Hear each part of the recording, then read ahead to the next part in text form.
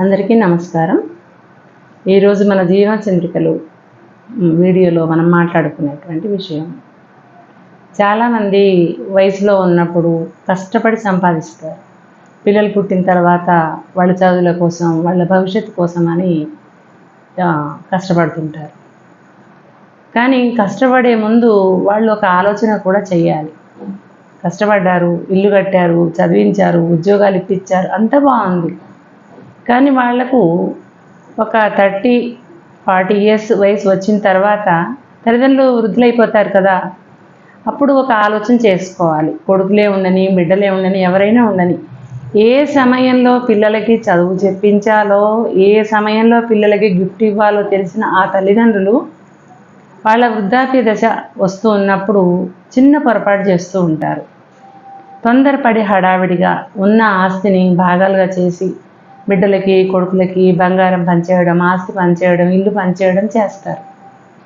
నేను కష్టపడి పెంచిన కొడుకు బిడ్డలు కదా, నాకేం అన్యాయం చేస్తారు, చెయ్యరు అని చాలా అతిగా ఉన్నటువంటి నమ్మకం వల్ల వాళ్ళకి ఆస్తి పంచి చివరి క్షణాల్లో వీళ్ళు అనాథలైపోతున్నారు.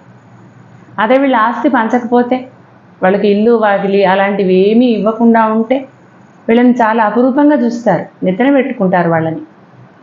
వీళ్ళు ఆశ్రమాలకు వెళ్ళాలని ఏముంది, వీళ్ళ ఆస్తి వీళ్ళకు ఉన్నప్పుడు కనీసం డబ్బులకి ఏ పని మనిషినో ఎవరినో పెట్టుకుని హాయిగా వండించుకొని తినొచ్చు.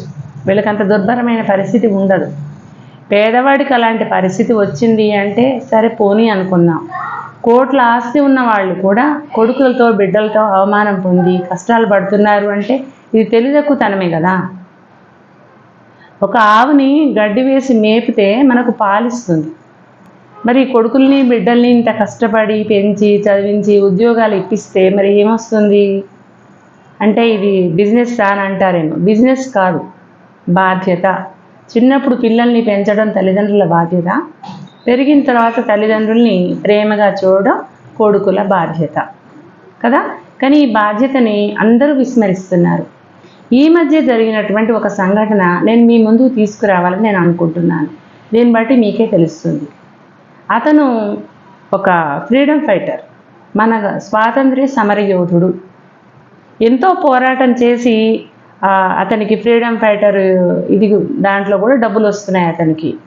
పైగా అతను ఒక జాబ్ కూడా చేశాడు, పెన్షన్ వస్తుంది. సహజంగా అతను పెద్ద కామందు, అంటే చాలా వ్యవసాయం ఉన్నటువంటి వాడు. అతనికి ఆస్తి చాలా ఉంది, పొలాలు ఉన్నాయి, ఇళ్ళు ఉన్నాయి, కోట్ల ఆస్తి ఉంది. నెలకు అతనికి వచ్చేటువంటి పెన్షన్ డబ్బులు కూడా చిన్న మొత్తం ఏమీ కాదు. ఒక సాఫ్ట్వేర్ ఇంజనీర్కి వచ్చేంత శాలరీ అతనికి వస్తుంది. 70-80 వేల వరకు వస్తున్నాయి. మాటల 70,000 80,000 ఒక నెలకి పెన్షన్ అందుకుంటున్నాడు అంటే చిన్న విషయం కాదు కదా. అయినా కూడా ఇప్పుడు నేను చెప్పే విషయం మీరేమనుకుంటారు, ఏ కొడుకో మోసం చేశాడు అనుకుంటారు కదా. కానీ కాదు. ఎప్పుడు కొడుకులే మోసం చేయరు, ఎప్పుడు బిడ్డలే మోసం చేయరు. అప్పుడప్పుడు భార్యలు కూడా మోసం చేస్తూ ఉంటారు. అది ఈరోజు మనం మాట్లాడుకునేటువంటి విషయం. అవునా, భార్యలు కూడా మోసం చేస్తారా? అయితే మరి ఇంకెవరిని నమ్మాలి? ఇది కలియుగం, ఎవరిని నమ్మొద్దు. ఆయనకు భార్య అంటే అమితమైనటువంటి ప్రేమ. అందువల్ల పెన్షన్ డబ్బులు రాగానే ఆయన భార్య 3-4 తారీఖుల్లోనే నీకు పెన్షన్ వచ్చిందా అని అడగడం, ఆయన ఆమె చేతిలో పెట్టడం, ఇలాంటివి చేస్తాడు. ఆయన ఉద్యోగం చేసే కాలంలో కూడా ఆయన జీతం అంతా ఆమెకే ఇచ్చేవాడట. ఆమె అన్ని సంసార బాధ్యతలు చేసేది, ఈయన హాయిగా ఉండేవాడు. అదే అలవాటుగా పెన్షన్ డబ్బులు కూడా ఆమెకి ఇస్తున్నాడు. అప్పుడు ఆయన ఉద్యోగం చేస్తున్నాడు కనుక ఆమె ఒక భార్యగా ప్రవర్తించింది. ఇప్పుడు ఆయన రిటైర్డ్ అయ్యారు, పెన్షన్ డబ్బులు ఇస్తున్నాడు. భార్యలో మార్పు వచ్చింది, కొడుకుల్లో మార్పు వస్తుంది, విన్నారు కదా. బిడ్డల్లో మార్పు వస్తుంది, విన్నాం కదా. భార్యలో కూడా మార్పు వచ్చింది. ఏం చేసింది?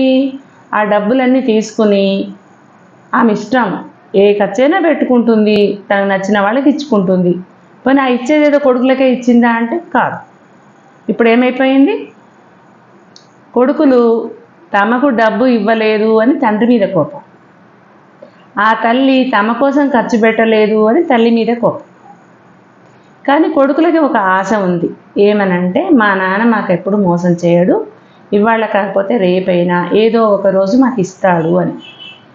ఆ పెద్ద మనిషి చనిపోయే కాలం నాటికి తనకున్నటువంటి పొలాలు, ఇల్లు దాన్ని కొన్ని భాగాలుగా చేసి తనకున్నటువంటి 5 మంది సంతానానికి ఇచ్చారు.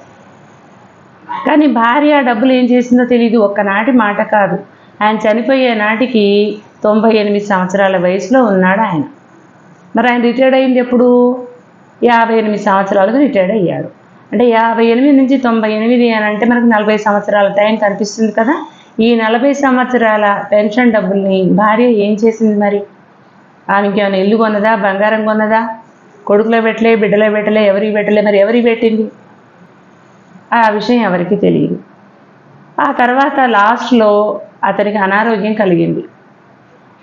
హాస్పిటల్కి తీసుకుపోవాలి. ఓ అర్ధరాత్రి సమయంలో అతనికి గుండెల్లో నొప్పిగా ఉందన్నాడు. కానీ కొడుకుల చేతిలో డబ్బులు లేవు. భార్య ఎటువంటి డబ్బులు తీసి ఇవ్వలేదు. మీ నాన్న డబ్బేరా, నా దగ్గరే ఉందని ఇవ్వలేదు. పైగా ఏమందో తెలుసా? వింటే ఆశ్చర్యపోతారు. ఒకవేళ ప్రాణమే గనక పోతే అప్పుడు ఎలాగో తప్పదు కనుక శవం చూడడానికి నేను వస్తాను, ఇప్పుడు కొడుకులు మీరు వెళ్ళాలి, నేనెందుకు హాస్పిటల్కి రావడం అని జవాబు చెప్పిందట. చూసారా? మరి కొడుకులే తీసుకెళ్లారు, హాస్పిటల్లో జాయిన్ చేశారు. ఒక 2-3 రోజుల వరకు అయ్యే ఖర్చుని ఎలాగో భరించుకున్నారు. ఇక మా వల్ల కాదు ఈ డబ్బులు పెట్టడం, మరి అమ్మ డబ్బులు ఇవ్వదు, తండ్రి ఏమి ఇచ్చింది లేదు అని చివరికి ప్రభుత్వ హాస్పిటల్లో చేర్పించారు. చూసారా? అంత గొప్పవాడికి చివరికి వైద్యం లేక గవర్నమెంట్ హాస్పిటల్లో చేర్పించారు. అంటే ఇక్కడ మీరు ఒకటి తప్పుగా అర్థం చేసుకునేది ఉంది. అంటే ప్రభుత్వ హాస్పిటల్లో చేర్పించడం నీచమా అని. ఇక్కడ నీచమా అని కాదు నేను చెప్పేది. వైద్యం చేయించలేని పరిస్థితుల్లో అంత ధనమున్న వ్యక్తిని భార్య సహాయం చేయక కొడుకులు తీసుకెళ్ళి హాస్పిటల్లో చేర్పించే విధానం గురించి చెప్తున్నాను. డబ్బులు బాగా ఉంటే ఎవరు గవర్నమెంట్ హాస్పిటల్ పోరు కదా. అంటే మరి అన్ని డబ్బులు ఉన్న ఆ వ్యక్తికి ఇటువంటి గతి ఎందుకు పట్టింది? ముందు ఆలోచన లేకపోవడం, తొందరపాటు, భార్యను నమ్మడం. భార్యనైనా కొడుకులనైనా ఎవరినైనా పూర్తిగా 100% ఎవరిని నమ్మకూడదు. ఇది కలియుగం. నమ్మేంత వరకే నమ్మాలి.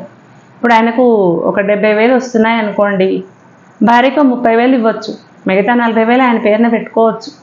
లేదు కొడుకులు ఎవరైనా ముందుకొస్తే, ఎవరైనా మీ ఇంట్లో పెట్టుకుంటే, నన్ను కనుక చూస్తే మీకు ప్రతి నెల 20,000 ఇస్తాను, మిగతా 20,000 నా పేరున బ్యాంకులో ఉంటాయి, నేను చనిపోయాక ఎలాగా మీకే వస్తాయి అని అలా చెప్పుకొని హ్యాపీగా బతకొచ్చు.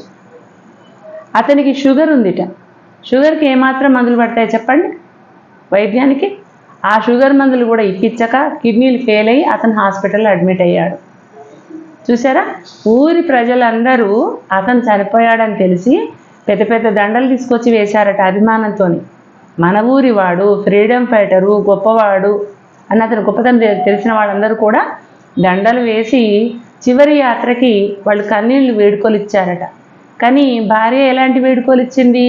డబ్బులు తీసుకుని భోజనం లేక ఎక్కడో ఎవరి ఇంటికి పడితే వాళ్ళ ఇంటికి వెళ్ళి కాసేపు ముచ్చట్లు పెట్టి, అమ్మ నేను ఈరోజు ఇంకా భోజనం చేయలేదు, నాకు ఓపికగా లేదు, నువ్వేమనుకోకపోతే ఈ పూట మీ ఇంట్లో భోజనం చేసి నేను బయలుదేరుతాను, నాకు బయలుదేరే ఓపిక లేదు అని అలా తన సంసారం గుట్టు బయటపడకుండా ఆ ఇంట్లో భోజనం చేస్తూ చివరికి అలా అనాథలాగా చనిపోయాడు.